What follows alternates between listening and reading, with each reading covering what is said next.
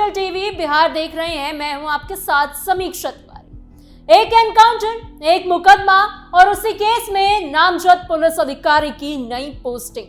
बिहार के भरत भूषण तिवारी एनकाउंटर ने कई ऐसे सवाल खड़े कर दिए हैं जिनका जवाब हर कोई जानना चाहता है।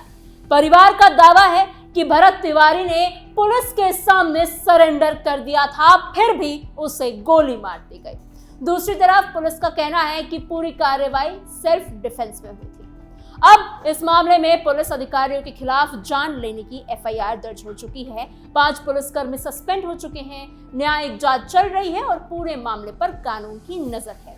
लेकिन सबसे बड़ा सवाल यही है कि क्या एफआईआर दर्ज होते ही नामजद अफसरों की गिरफ्तारी की जा सकती है या कानून की प्रक्रिया कुछ और कहती है। आखिर इस केस में आगे क्या होगा, किस नियम के तहत फैसला होगा और नई पोस्टिंग के क्या मायने हैं, पूरी खबर आपको बताते हैं स्पेशल स्टोरी में। केस में बड़ा कानूनी सवाल, किन अफसरों पर दर्ज हुआ एफआईआर, क्या ट्रांसफर से खत्म हो जाएगी कानूनी कार्रवाई। 17 जून को भोजपुर के आरा जिले के बेलौटी गांव में हुआ भरत भूषण तिवारी एनकाउंटर अब सिर्फ एक पुलिस कार्रवाई का मामला नहीं रह गया है।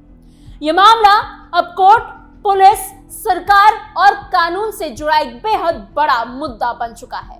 सोशल मीडिया पर लगातार सवाल पूछे जा रहे हैं कि आखिर इस एनकाउंटर में किन अधिकारियों पर केस दर्ज हुआ है, उन पर क्या आरोप है, क्या उन्हें तुरंत गिरफ्तार किया जाएगा, उनके खिलाफ आगे क्या कार्रवाई हो सकती है और जिस अधिकारी पर जान लेने की वारदात का केस दर्ज है उसे बाद में मद्य निषेध विभाग में डीएसपी क्यों बना दिया गया। देखिए हमारी रिपोर्ट। सबसे पहले बात करते हैं इस मामले में किन अधिकारियों के खिलाफ मुकदमा दर्ज हुआ है और उन पर क्या आरोप लगाए गए हैं। 17 जून को भोजपुर के बेलौटी गांव में पुलिस कार्रवाई के दौरान भरत भूषण तिवारी की जान चली गई। पुलिस का कहना था कि यह एनकाउंटर सेल्फ डिफेंस में हुआ है, यानी पुलिस ने अपनी जान बचाने के लिए गोली चलाई। लेकिन भरत तिवारी के परिवार ने इस दावे को पूरी तरह गलत बताया है। इसके बाद भरत तिवारी की मां आशा देवी ने लिखित शिकायत दी और उस शिकायत के आधार पर 22 जून को शाहपुर थाने में जान लेने का मुकदमा दर्ज किया गया। इस एफआईआर में जगदीशपुर के तत्कालीन अनुमंडल पुलिस पदाधिकारी यानी एसडीपीओ राजेश कुमार शर्मा, शाहपुर थाना के तत्कालीन थाना अध्यक्ष यानी एसएचओ राजेश मलाकार और घटना के समय मौके पर मौजूद सभी पुलिसकर्मियों को नामजद किया गया। यानी शिकायत सिर्फ किसी एक अधिकारी के खिलाफ नहीं बल्कि पूरी पुलिस टीम के खिलाफ दर्ज हुई। आशा देवी की शिकायत के मुताबिक भरत तिवारी का एनकाउंटर सेल्फ डिफेंस में नहीं हुआ बल्कि ये पहले से बनाई गई एक सोची समझी साजिश थी। परिवार का आरोप है कि जब पुलिस ने भरत तिवारी को चारों तरफ से घेर लिया तब उसने पुलिस के सामने सरेंडर कर दिया था। उसने अपने हाथ ऊपर कर दिए थे और वो पुलिस की गिरफ्त में आने के लिए तैयार था। लेकिन इसके बावजूद पुलिस अधिकारियों और एसटीएफ के जवानों ने जानबूझकर उसे गोली मार दी। एफआईआर और परिवार के आरोपों के मुताबिक जब कोई व्यक्ति पहले ही सरेंडर कर चुका हो तब उसे गोली मारने की जरूरत नहीं थी। परिवार का कहना है कि पुलिस टीम ने कानून को ताक पर रखकर पूरी योजना के साथ भरत तिवारी की जान ली और बाद में उसे एनकाउंटर का नाम दे दिया गया। यही वजह है कि शिकायत में जान लेने की साजिश और गंभीर आरोप लगाए गए हैं। हालांकि दूसरी तरफ पुलिस अब भी अपने पुराने दावे पर ही कायम नजर आ रही है। पुलिस का कहना है कि कार्रवाई सेल्फ डिफेंस में हुई थी और पुलिस पर हमला होने के बाद जवाबी फायरिंग करनी ही पड़ी। यानी फिलहाल इस मामले में 2 अलग अलग दावे हैं, एक पुलिस का तो दूसरा परिवार का। अब इसमें से सही कौन है, इसका फैसला जांच पूरी होने के बाद ही हो पाएगा। अब सबसे बड़ा सवाल यह है कि जब पुलिस अधिकारियों के खिलाफ जान लेने के मुकदमे दर्ज हो गए हैं तो क्या उन्हें तुरंत गिरफ्तार कर लिया जाएगा। इसका जवाब है नहीं। सिर्फ एफआईआर दर्ज हो जाने से, किसी का नाम आरोपी के तौर पर आ जाने से किसी व्यक्ति की तुरंत गिरफ्तारी नहीं होती, खासकर तब जब मामला ड्यूटी के दौरान काम कर रहे सरकारी अधिकारियों का हो। ऐसे मामलों में कानून पहले जांच पूरी करने की बात कहता है। यानी तत्कालीन एसडीपीओ राजेश कुमार शर्मा और तत्कालीन एसएचओ राजेश मलाकार की गिरफ्तारी तभी होगी जब जांच में पहली नजर में यह साबित हो जाएगा कि एनकाउंटर फर्जी था या उन्होंने जानबूझकर जान नहीं ली। उससे पहले जांच एजेंसियां सभी सबूत जुटाएंगी, फॉरेंसिक रिपोर्ट देखी जाएगी, पोस्टमार्टम रिपोर्ट का अध्ययन होगा, गवाहों के बयान लिए जाएंगे और पूरी घटना की जांच की जाएगी। अब बात करते हैं इस मामले में आगे पुलिस अधिकारियों पर क्या क्या कार्रवाई हो सकती है। सरकार ने शुरुआत कार्रवाई करते हुए 5 पुलिसकर्मियों को सस्पेंड कर दिया और तत्कालीन जगदीशपुर एसडीपीओ राजेश कुमार शर्मा को उनके पद से हटाकर लाइन हाजिर कर दिया।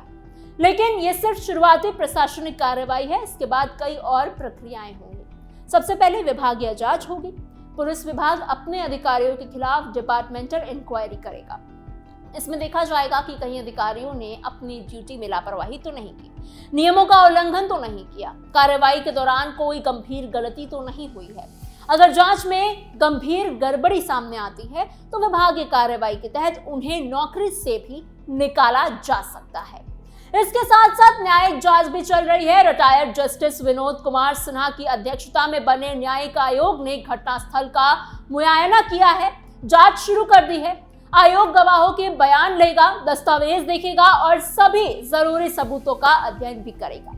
अगर आयोग अपनी रिपोर्ट में यह लिखता है कि भरत तिवारी पहले से ही सरेंडर कर चुके थे और उसके बाद उन्हें गोली मारी गई यानी एनकाउंटर फर्जी था, तो यही रिपोर्ट आगे पुलिस जांच और अदालत की कार्रवाई का सबसे मजबूत आधार बनेगी और नामजद अधिकारियों की मुश्किलें काफी ज्यादा बढ़ सकती हैं।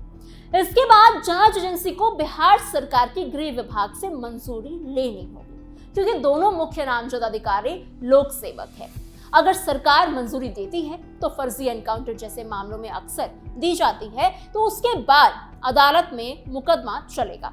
कोर्ट सबूत, गवाह और जांच रिपोर्ट के आधार पर फैसला करेगा। अगर अदालत में यह साबित हो जाता है कि अधिकारियों ने जानबूझकर जान ली थी, तो उन्हें उम्र कैद से लेकर फांसी तक की सजा भी हो सकती है।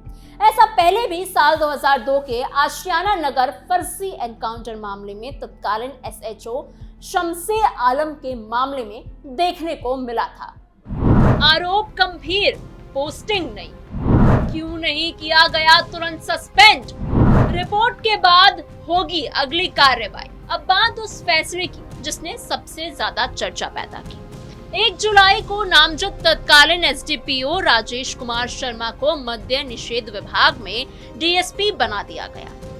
जैसे ही यह आदेश सामने आया, लोगों ने सवाल उठाने शुरू कर दिए कि जिस अधिकारी पर जान लेने जैसे केस दर्ज हैं, उसे नई पोस्टिंग कैसे मिल गई। लेकिन इसके पीछे प्रशासनिक नियमों को समझना भी जरूरी है। असल में पुलिस विभाग में अधिकारियों का ट्रांसफर सामान्य प्रक्रिया है। कई बार किसी अधिकारी पर गंभीर आरोप लगने के बाद भी उसे तुरंत सस्पेंड नहीं किया जाता। उसकी जगह उसे ऐसी पोस्टिंग दे दी जाती है जहां उसका सीधा असर कानून व्यवस्था, अपराध की जांच या उसी इलाके पर ना हो जहां घटना हुई है।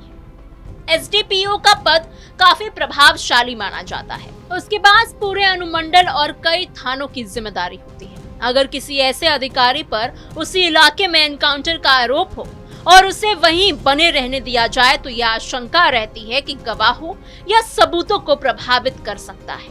इसलिए ऐसे मामलों में सरकार कई बार अधिकारी को किसी दूसरी जगह भेज देती है। मद्य निषेध विभाग में डीएसपी की पोस्टिंग को इसी नजरिए से देखा जा रहा है। इसे एक नॉन फील्ड या कम प्रभाव वाली पोस्टिंग माना जाता है। यानी अब राजेश कुमार शर्मा जिले के सामान्य पुलिसिंग और इस मामले की जांच प्रक्रिया से दूर रहेंगे। इससे जांच निष्पक्ष तरीके से आगे बढ़ सकेगी। इसके पीछे एक और प्रशासनिक वजह भी है। सरकारी सेवा नियमों के मुताबिक अगर किसी राजपत्रित अधिकारी को बिना शुरुआती जांच के सीधे सस्पेंड किया जाता है, तब भी सरकार को उन्हें वेतन देना पड़ता है।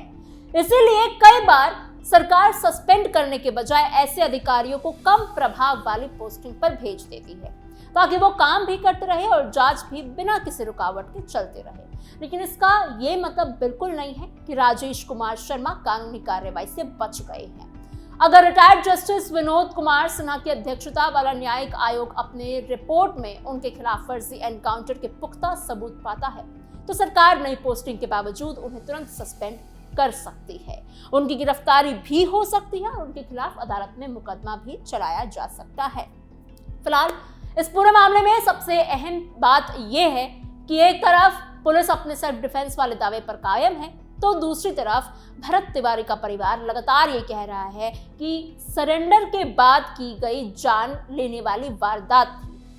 अब सच्चाई का फैसला न सोशल मीडिया करेगा, ना ही आरोप प्रत्यारोप। इसका जवाब सिर्फ सबूत, गवाह, फॉरेंसिक रिपोर्ट, पोस्टमार्टम रिपोर्ट और न्यायिक आयोग की अंतिम रिपोर्ट से मिलेगा। उसी के आधार पर यह तय होगा कि पुलिस की कार्रवाई कानून के दायरे में थी या नहीं। अगर जांच में अधिकारी निर्दोष पाए जाते हैं तो उनकी कानून के मुताबिक राहत मिलेगी, लेकिन अगर फर्जी एनकाउंटर के आरोप साबित होते हैं तो कानून उनके खिलाफ भी जा सकता है। उसी तरह कार्रवाई करेगा जैसे किसी भी दूसरे आरोपी के खिलाफ करता हो। इसलिए इस पूरे मामले में अब सबकी नजर न्यायिक आयोग की रिपोर्ट पर टिकी हुई है, क्योंकि वही रिपोर्ट तय करेगा कि आगे किस पर क्या कार्रवाई होगी और भरत तिवारी एनकाउंटर में अगला कानूनी रास्ता क्या होगा। फिलहाल बिहार के इस खबर में इतना ही। आपकी इस पूरी खबर पर क्या राय है, हमें कमेंट बॉक्स में जरूर बताइएगा। ऐसी और खबरों के लिए बने रहिए कैपिटल टीवी बिहार के साथ।